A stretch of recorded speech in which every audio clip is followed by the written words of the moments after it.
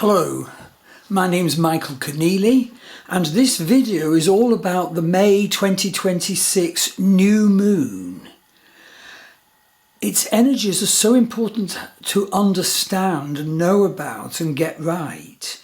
And it's also totally crucial to know about 6 powerful surrounding energies that again each of us need to know about and work with successfully. So the new moon of May the 16th has a strength and solidity potential. But we must realise, we do need to realise that there are a number of challenges that need to be understood and overcome, or will actually be left in a mess and stressed. So the new moon has sun and moon at 1 degree Vedic Taurus using the sidereal zodiac. So this new moon is at 25 Western Taurus using the tropical zodiac.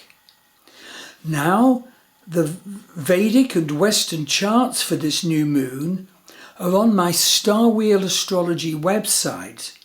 They're on the May 2026 charts monthly page under the More drop-down, and the link is below. So being a Taurian new moon, it essentially offers us grounding and reset and a potentially successful forward journey, setting goals, organising ourselves and managing our tangible practical resources to get to those goals. It's like planting seeds in the fixed earth. And we absolutely need to stay grounded, that Taurian quality, through this lunation and onwards. But as always with Taurian energies, beware self-indulgence, getting nowhere due to diverting pleasure-seeking. Be aware of and manage the manifestation of Taurian energies in your life now and the unfoldment of your priorities now. And to do this, it's absolutely essential to realise there are 6 difficult or demanding surrounding energies to this Taurus energy new moon. Each of us needs to be able to identify these surrounding energies and manage them, or we'll be diverted and driven down or disabled and fail. These difficult surrounding energies are listed below, and some of them have wonderful needed potentials. But before I tell you about the new moon and the surrounding energies, what's the difference between the 2 zodiacs? Well, the sidereal zodiac of Vedic astrology is anchored to the fixed stars, and it's a statement, therefore, of our fate and destiny and life purpose and karmas to be worked with in this incarnation. Whereas Western astrology, based on the moving position of the sun on the day of vernal equinox and being sun-based, is essentially a statement of our emotionally based self and its unfoldment in this lifetime. In all my readings and courses, I combine the 2, Vedic astrology and its karmic wonders, Western astrology and its psychological wonders. Have a look at my Star Wheel Astrology website. In my opinion, you absolutely do need both Vedic and Western astrology for the full and valid picture. All my readings and courses include the full statement of both your Vedic and your Western astrology. So, as with every new moon and full moon, I recommend that you put aside time on the day of, or the days and all the days surrounding, and attune to how you're feeling, how you're coping, how you're doing, how are you finding the energies. You might want to draw a tarot card or a rune. You might want to meditate. You might want to do a shamanic journey. And with the insights from these, you might want to use Sevir, the Norse magic of cementing in your intentions. Use whatever the methods that are right for you, but please use them. Please do the work now. So in the case of this Taurian new moon, you need to define what are your needed, practical, realizable goals now. Set these goals, plan for their realization, then manage their unfoldment over the upcoming lunation and far beyond. This is a wonderful time to do that and to begin or recommence something with real substance now and develop it in a steady way. Oh, don't get lost in Taurian self-indulgence, by the way. Yeah, keep grounded, very Taurian. And beware the fierceness of the surrounding energies. Know about them and use them where helpful. As I said, to succeed with our goals, we will have to be aware of and manage the sometimes rather upsetting, detracting surrounding energies. Now, the first surrounding energy to be aware of is that in terms of the powerfully and supremely accurate Vedic lunar signs, the wonderful nakshatras, which is so valuable for stating our emotionally based self and so valuable for stating our relationship issues. Get a love astrology reading from me if that's relevant to you now. These are based on the star energies of the lunar sign in question. So in the case of this new moon, it's in the third nakshatra, the third lunar sign of the Vedic lunar zodiac, which is Critica nakshatra. Now be aware that Critica nakshatra requires careful handling. Control your mind. Remove negative thinking. Critica's symbol is the spear. Its energy is fire. Its deity is Agni. It's tenacious, relentless, critical and passionate, fierce and virile, and can be destructive. It can even be merciless in what it burns. But positively know that with this Critica placement of the new moon, this is the time sincerely to identify the dross in your life now and cut the dross out of your life. Do vision work now to determine what the dross affecting you is. Do journeying to find out what it is and how to cut it out. Get my help if get a reading from me. Then cut it out.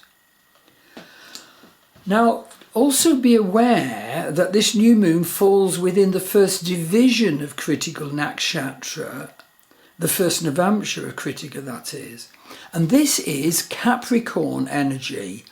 So yeah, be aware that it's practical and it can deliver you results if you manage it knowingly and properly. Okay, the second surrounding energy of this new moon is its conjunct the terrible energy of fixed star Algol. Algol is at 2 Taurus. It is the head of Medusa as described in the Greek myth. Algol energy is violent. It can be associated with losing your head. Don't do this. Watch out for opening yourself and your vulnerability to any horrible events at this time. The third surrounding energy to be aware of is that Mars is conjunct Chiron now. Mars is at 4 Vedic Aries, that's 28 Western Aries. And being conjunct Chiron means that Mars energies are wounded. So be aware that this is a time to find out and note what the wound to your manifestation of Mars in Aries energies is now. Define the wound. See it stronger and stronger, better and better, and then do work to heal it now at this time. Again, I can help you with that task in a reading. Commit to the healed you with the healed Mars wound from Chiron. The fourth surrounding energy is that Uranus is square the nodal axis at this time. This gives a fated impetus to anybody's connection to Uranus revolutionary energies now. But there's a massive twist to the tale, especially note that Uranus is transiting conjunct Sedna, and Sedna is the very, very powerful asteroid energy of awful events.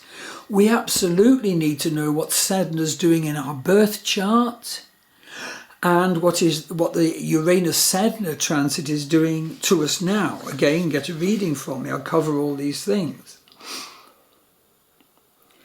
But with square to the nodal axis, the sort of revolution you might be called to connect with and be aware of, not ignorant of, is of fated energies. And I'll give you an example. In my case, this energy has been running for some time. But anyway, in the last week and a half, my mother just died. Now, the point is, she wasn't married when I was born, so she put me in a convent orphanage, and we did not live in contact. Now, weirdly, over the days running up to the day before she died, a week ago Saturday, I had intimations. I need to prepare for how I would handle my mother's death. Why was I having them? I didn't know she was dying. I thought I could visit a psychic who could tell me whether I'd be safe to go to the funeral or not, given that I was a child of sin and outlawed by, the Irish Catholic Church. Weirdly, on the day of her death last Saturday, but not at all knowing she was dying, I did a journey to the centre of the labyrinth. Do see my recent post and video about labyrinth journeys. I did it because it was World Labyrinth Day, and there's actually a labyrinth in Sligo. It's shown on my Druid Forest School website.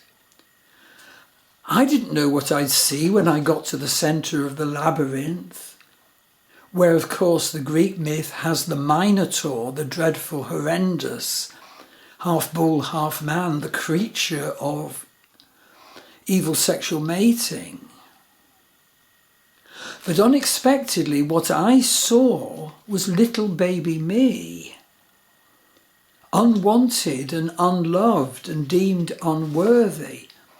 And it so came through to me, the damage from being seen in that way from the start of my life. And then extraordinarily, later that day, I received information from a relative who I was in touch with that my mother had died that day. And she died just after the intimations I received, just after I did the Labyrinth Journey. Now, I did not realise I had such cords tying me to my mother, such cords that made me, wonder how I would handle her death and how I might be treated. And such cords still telling me I was unlovable and unworthy and a child of sin. I was put in a convent orphanage. The convent orphanage actually had an orphan's graveyard. I visited it when I was 9. I was taken to it. And so my wife and I planned to go to her funeral. But then I received threats as an illegitimate child of sin. Threats that if I went to the funeral, I would be manhandled out of the church by the funeral men acting on the demand of legitimate family members. I also received a threat of being arrested by the police if I went to the church.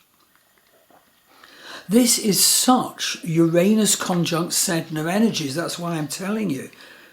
In case, well, yes, so that you will look at what Uranus conjunct Sedna energies have come to you or are coming to you. I said, well, I'm going anyway, but I had to go back on that. And so my wife and I went to her grave 2 days afterwards. And we stood next to her grave. And what I did there, I cut the cords I had to her. Cords that I did not realise existed and were running my life, massively affecting the way I saw myself, the way I handled myself. So what will the long-running Uranus-Sedna transit energy mean for you? Again, get a reading from me. Can associate it with a healing if that's indicated. Now, the fifth surrounding energy that I would name, it's important to know about this, it's very positive, is that Mercury is Kazimi. Mercury went behind the sun 2 days earlier. Mercury thus shines from the fullness of the light of the sun. So please hear that this offers each of us bright communication potential. Speak your truth. Find out what your truth actually is and speak it. Know about this Mercury Kazimi energy at the time of this new moon. Tap into this energy as you work with the lunation and its unfoldment going forward. Let Mercury communication issues shine as you develop your Taurian practical project from now. And the sixth and final surrounding energy I would importantly name is that Saturn enters Revati Nakshatra now. So Revati is the 27th and final nakshatra at the end of the universe, at the end of Pisces. Saturn enters Revati Nakshatra in Pisces on the 17th of May. Now, hopefully, you have been benefiting from the vision work potential that we all have had this year of 2026 from Saturn being conjunct Neptune earlier in the year, where Neptune in Pisces is huge vision potential, and Saturn conjunct Neptune can give very practical application of your intuition and your vision work that can be really disciplined and helpful. Saturn conjunct Neptune. So, as Saturn moves into Revati Nakshatra at the end of Pisces, and if you've been having wonderful intuitions this year, break new grounds with those intuitions on the basis of those intuitions. Fulfill them. Be Saturn serious with this. Set the needed Saturn boundaries. Reap the Saturn harvest. Do the work you are moved to perceive needs starting now. Starting around now. And because Saturn's in Revati, know that this work can include helping others, potentially.